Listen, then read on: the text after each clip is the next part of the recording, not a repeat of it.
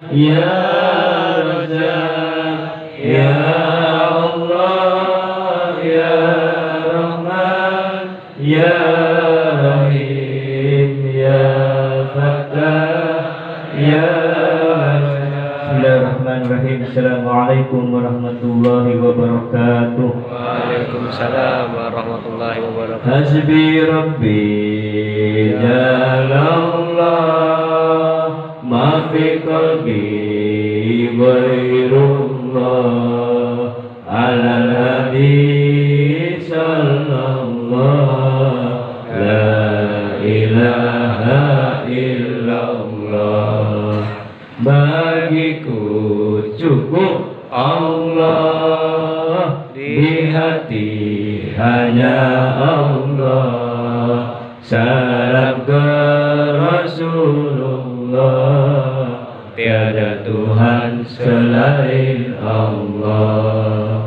Salatullah salamullah ala Taha Rasulillah. Salatullah salamullah ala Yasin Habibillah. Astaghfirullahaladzim, Astaghfirullahaladzim, Astaghfirullahaladzim. Innallaha ghafurur rahim. Alhamdulillahirabbil alamin. Assalatu wassalamu ala asrafil anbiya wal mursalin wa ala alihi wa ashabihi al-muttaqin, amma ba'd. Faqala Allah ta'ala, a'udzu billahi minasy syaithanir rajim. Bismillahirrahmanirrahim. Ya ayyuhalladzina amanu ista'inu bis-sabri was-salah, innallaha ma'as sabirin. Faqala Rasulullah sallallahu alaihi wasallam, wa man lam yakbar 'ala Allah bima la tafatal ihsan Ida ilahi bisulasil imtihan. Sadaqallah wa sadaqa Rasulullah fi ruhul amin sallallahu alaihi wasallam. Saudaraku yang dirahmati Allah subhanahu wa ta'ala, syukur kita kehadirat Allah yang menganugerahi kepada kita semua kenikmatan yang banyak. Nikmatnya hati kita yang dilapangkan sehingga mudah berzikir, mudah bertasbih, mudah berselawat, lebih-lebih mudah beristighfar. Itu karunia Allah yang paling agung atas hamba-hambanya. Tatkala hati kita dilembutkan untuk memuja, memuji keagungan Allah, berselawat kepada Rasulullah, kemudian melihat aib-aib kita sehingga kita memperbanyak istighfar, maka haturkan kalimah yang mulia, Alhamdulillahirabbil alamin. Yang kedua, haturkan salam takdim, selawat kepada baginda kanjeng Nabi Muhammad sallallahu alaihi wasallam dengan ucapan Allahumma sholli ala Sayyidina Muhammad wa ala ali Sayyidina Muhammad. Saudaraku yang dirahmati Allah subhanahu wa ta'ala, kita hadir sholat tasbih istighosah. Fadilah-fadilahnya masih banyak yang bertanya. Maka kali ini diulas kembali kesekian kalinya bahwa sholat tasbih ini fungsi utamanya adalah membersihkan hati kita. Kita tahu banyak kita setiap saat melakukan dosa, aib, keburukan, hal-hal yang tercela di sisi Allah, yang kadang-kadang menurut kita sudah benar, baik, tapi pandangan Allah buruk ternyata. Makanya ada ayat yang menuntun kita, wa asa an takrahu syai'an wa huwa khairul lakum wa asa an tuhibbu syai'an wa huwa syarrul lakum. Ada hal kejadian yang menurutmu baik padahal bagi Allah buruk. Ada hal menurut kamu adalah buruk padahal insya Allah adalah baik. Wallahu ya'lamu, Allah yang tahu, wa antum la ta'lamun, kau tidak tahu. Di sini kita perlu ngaji. Orang-orang dahulu, ayah-ayah saya, kakek, tetangga, setiap hari, seminggu sekali minimal itu pasti menghadiri ke majelisnya orang soleh spesial khusus. hanya bawa putra putrinya kiai ngalah barokah, mohon dilihat, mohon nasihatnya, karena pandangan kiai itu, pandangan ulama, pandangan orang-orang soleh itu, pandangan hatinya dengan cahaya ilahi ya. Ittaqu firasatul mu'minin fa innahu yaduru binurillah. Hati-hati terhadap firasat orang mukmin. Firasat orang mukmin memandang dengan cahaya ilahi ya, cahaya Allah. Sehingga orang mukmin itu begitu datang ke kiai, Pak Kiai langsung kasih amalan. Kadang-kadang sampean banyak ngamalin selawat Nabi, baca 100 kali. Itu tanpa diminta, yaitu digerakkan oleh Allah hatinya untuk memberikan pinnya sebenarnya. Selama ini ketutup doanya kepada Allah, terhalang doanya kepada Allah, karena belum tahu pinnya, passwordnya. Makanya Rasulullah SAW 15 abad yang lalu suruh nuntun kita kunjungi orang-orang soleh, minta doa kepada siapapun mereka, karena kita tidak tahu dari lidah mana Allah kabulkan itu. Bukan ke orang pintar, ke orang soleh. Nah masalahnya sekarang orang pintar sama suka nyarum jadi orang soleh, surbannya, jenggotnya, ramahnya, santuinya. Maka kita di sini diperlukan majelis untuk membimbing hati kita supaya bisa menyeleksi mana orang pintar, mana orang soleh. Karena akhir zaman sekarang ini orang pintar dan orang soleh beda tipis. Saudaraku yang dirahmati Allah Subhanahu wa taala, kemudian orang soleh itu kiai ngasih amalan, misalnya ya Allah baca selawat Nabi. Nah selawat Nabi itu ternyata pinnya, passwordnya orang itu, sehingga diterima apa-apa yang dilakukan kepada Allah. Sedangkan kita tidak tahu passwordnya ini apa.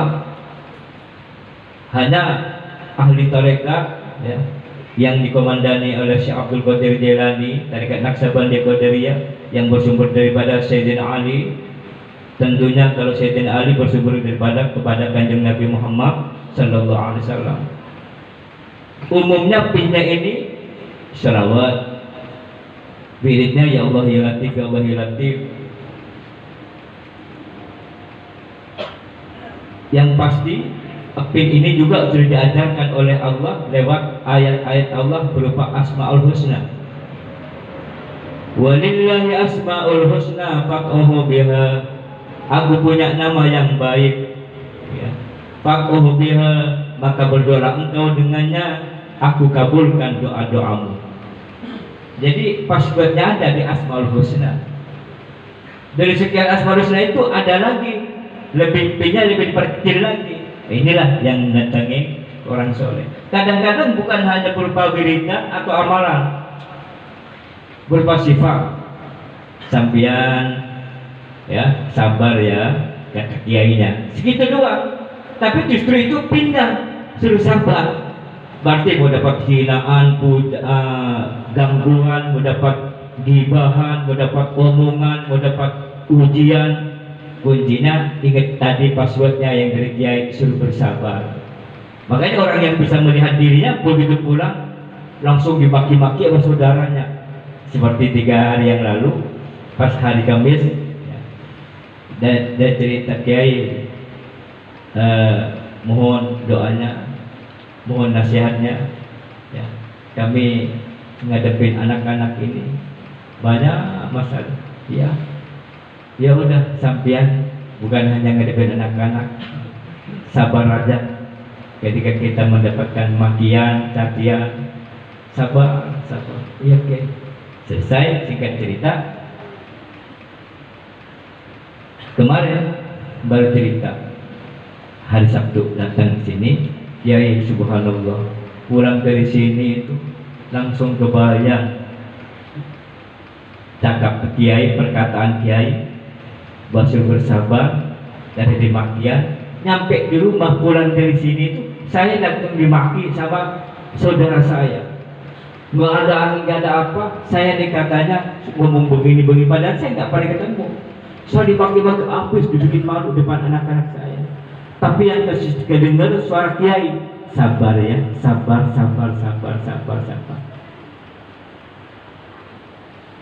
Di situ pinnya berarti ada di sabar, passwordnya ada di sabar. Terus akhirnya begitu saya sadar dengan pinnya ada di sabar, ya memang harus sabar. Bahasa ngomong diam. Maksud yang ditanyain ke Kiai, boleh nggak ngelawan? Ya boleh, cuman ada yang lebih baik lagi, diam saja, nggak usah ngelawan. Dulu ada hal ini juga dialami oleh Bunda Siti Maryam ketika mengandung tanpa suami. Banyak orang-orang Israel itu menghujat banget, orang-orang Yahudi menghujat banget, sampai Maryam itu nyepi di Masjid Palestina Al-Aqsa, kemudian tidak ngomong, tidak bicara, karena tahu orang zaman itu bawel banget Bani Israel itu.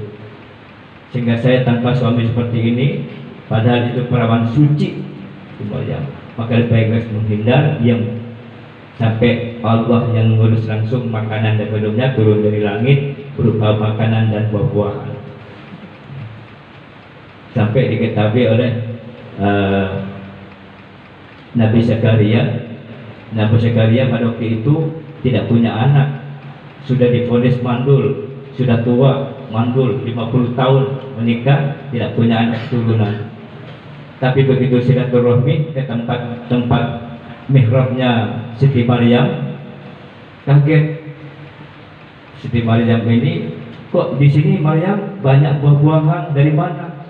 Kata Bunda Siti Maryam, dari Allah, dari langit, dari Allah. Subhanallah. Di situ Nabi Zakaria itu yakin bahwa mukjizat itu ada. Apa yang tidak mungkin, walaupun sudah dibilang mandul, pasti Allah dengan kehendaknya menghendaki saya punya anak masuk. Akhirnya pulang beliau mendirikan mihrab di rumahnya. Mihrab ini tempat ibadah pribadi, namanya mihrab di rumahnya. Gelar sejodoh dan berdoa kepada Allah, yakin, dan doanya itu nggak pernah putus asa. Kalimat yang dibaca selalu baca innaka sami'ud du'a, ya Allah engkau yang mendengarkan doa. Jadi 50 tahun itu nggak pernah putus asa, tetap menyatakan bahwa Allah yang mendengar doa-doanya sampai doa. Beda dengan jemaah kita. Saya sering tuh, ya, saya sudah setahun loh sholat tasbih di sini, tetap saya nggak dengar, nggak didengar Tuhan, nggak didengar Allah doa-doanya. Gitu. Utang-utang saya masih banyak, tapi itu 50 tahun tetap yakin Allah innaka sami'ud du'a, maha mendengar doa kita, dan yakin segera turun pertolongan Allah. Minta anak itu yang hal yang nggak mungkin, lalu dapat petunjuk dari Allah bahwa dia akan punya anak. Tapi gimana caranya? Sudah tua, nggak lama lahirlah memang putranya yang bernama Yahya, Nabi Yahya, Nabi yang sangat soleh, yaitu Nabi Yahya. Itu yang dialami oleh Nabi Zakaria, sama dengan kita sekarang ini, harus punya keyakinan yang luar biasa. Nah, keyakinan itu nggak muncul-muncul, ada yang nutupin. Namanya tabir-tabir ini, tabir hati antara kita dengan Allah itu ada yang nutupin. Namanya kalau istilah tasawufnya tabir, penghalang, dinding, pembatas antara kita dengan hati kita dengan rahmat Allah. Nah, hadirlah sholat tasbih ini untuk menghilangkan, menghapus, membubarkan tabir-tabir antara hati kita dengan Allah Subhanahu wa ta'ala. Itu maknanya sholat tasbih, menghilangkan, membubarkan, yang merobohkan dinding-dinding pembatas antara hati kita dengan rahmat Allah Subhanahu wa ta'ala. Sehingga berapa banyak ceritanya, ya, testimoni Kiai saya, alhamdulillah setelah sholat tasbih rasanya lebih enak, lebih mudah beribadah, dan banyak doa-doa saya, banyak rahmat Allah yang saya terima. Anak saya sekarang jadi soleh, keluarga saya jadi sakinah, usaha saya sekarang jadi bangkit semangat, saya dengan saudara-saudara saya jadi baik. Itu banyak. Kenapa? Rahmat Allah itu turun setelah hatinya dibongkar dinding-dinding pembatasnya itu, tabir-tabirnya. Yang membongkar tabir-tabir penghalang kita dengan Allah adalah salah satunya sholat tasbih. Maka kita yang hadir di sini nggak usah ragu-ragu. Kenapa nggak muncul-muncul keyakinan kepada Allah? Nggak muncul-muncul itulah yang paling kerja kerasin kita adalah bagaimana kita sholat tasbih yang istiqomah. Istiqomah. Makanya saya suka tanya kepada bapak-bapak atau ibu-ibu yang suka cerita mengenai fadilah sholat tasbih yang sudah merasakan nikmatnya sholat tasbih, merasakan fadilahnya, semua diberikan kebaikan. Ibu gimana sih? Ada hati apa ibu dengan tasbih ini? Kok semudah secepat itu? Tadinya nakalnya sudah luar biasa. 4 tahun dia punya anak narkoba. Dengan izin Allah 4 bulan sholat tasbih, nggak pernah putus ya. Saya dari kalau sudah tiba hari Sabtu saja sudah mikirin, saya sudah kebayang pondok-pondok tasbih, karpet-karpetnya, ya, kiainya, kebayang dari hari Sabtu. Ya. Jangankan sampai hari Minggu, jadi saya tunggu sampai hari Minggu kayaknya lama pagi. Itu salah satunya rahmat Allah.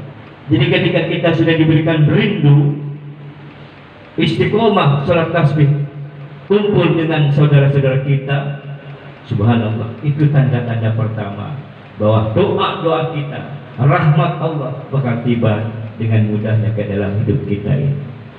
Maka bagi kita siapa saja yang hadir, apabila kita belum bisa melihat, merasakan, menikmati keyakinan pertolongan Allah, maka periksa dulu kehidupan kita, istiqomah kita kepada Allah dalam sholat tasbihnya ini. Maka yang penting sudah kasih tahu bahwa sholat tasbih fadilahnya merobohkan, menghilangkan penghalang-penghalang kita dengan rahmat Allah Subhanahu wa ta'ala. Yang menghalangi apa itu? Dosa-dosa kita, ya, gibah-gibah kita, makanan-makanan yang haram kita, ya, semua. Ketika kita buruk sangka, ketika kita gibah, ketika kita makanan-makanan yang haram, itu menghalangi, membuat dinding pembatas antara dengan rahmat Allah. Makin banyak maib kita, dosa kita, maksiat kita, ya, makin tebal. Makanya saya kata tadi, ini pin passwordnya secara otomatis ini, secara umum adalah sholat tasbih ini. Baru secara personal, kadang-kadang kalau kita berkunjung ke orang soleh, dikasih nanti amalan-amalan, itu juga passwordnya. Kadang berbentuk tidak bentuk amalan, bentuk sedekah. Oh, sampean sedekah saja tolak balak dengan 41 yatim, sedekah dengan 21 yatim, sedekah dengan 100 yatim. Itu passwordnya. Rahmat Allah tiba setelah dapat aura positif dari doanya anak-anak yatim ada. Atau passwordnya hidup ini ada di tetangga, ya. Kayak ada setahun yang lalu ada cerita, dia seorang orang soleh, seorang ulama sebenarnya, ya, seorang ulama, kiai lah di lingkungannya tuh. Tapi dia punya hati gelisah, ya, selalu dipermainkan oleh saudara-saudaranya, dibohongin, ditipu, bisnis ini dibohongin. Itu kiai itu. Apa?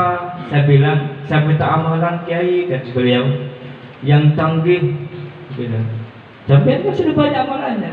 Passwordnya sampean, saya bilang tadi, amal sampean saja, datengin silaturahmi ke tetangga-tetangganya. Hah? Bukan ki amalan? Iya, itu amalan besar. Passwordnya sampean nggak kelihatan, padahal nyata ada di tetangga-tetangga itu. Iya, memang saya selama ini nggak pernah bertetangga. Kalau ada kumpulan RT RW, saya akan mentang-mentang saya jadi kiai sudah dan nggak hadir, nggak apa, ya Allah. Itu nggak percaya sampean, silakan dipraktekin. Jangan kaget tetangganya. Pada waktu itu ada acara 17 Agustusan, kemudian diundang untuk selamatan, kirim doa kepada para pahlawan. Ya. Selama puluhan tahun itu dia kalau diundang sama RT RW-nya nggak pernah datang.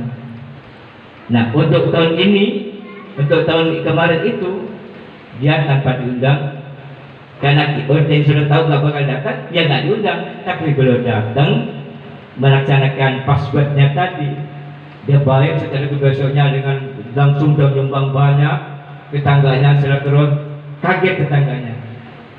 Apa yang terjadi? Seminggu kemudian banyak fadilah-fadilah rahmat yang Allah yang dia inginkan terjadi. Saudaranya datang ke rumahnya minta maaf, mengembalikan uang yang selama ini ratusan juta ditipu. Saudaranya kaget ya. Nah, itu kan. Artinya amalannya nggak banyak, nggak berupa beritan ayat kursi. Fadilah. Kadang-kadang kalau kita memahami dalam Islam ini, subhanallah. Contohnya ada barang siapa, kata Rasulullah, yang mendamaikan saudaranya, maka dia mendapatkan rahmat yang Allah berikan kepada orang yang iktikaf semalaman di Masjid Nabawi, di Raudhah. Kita tahu dapetin Raudhah itu luar biasa. Berdiri 2 rakaat saja sudah ngantrinya berjam-jam, 4 jam, 5 jam baru dapat, itu pun cuma 2 rakaat sudah dikeluarkan. Ini orang yang mendamaikan dua saudaranya yang bertikai, maka dia dapatkan pahala rahmat di hatinya seperti yang Allah berikan rahmat itu iktikaf di Raudhah selama semalaman suntuk. Itu dibahas gitu ya. Pada waktu dulu Agim ya suka ngaji ke sini, pas ada Agim ada di samping saya di ruangan itu, ada orang suami istri yang bertikai sudah mau cerai, datang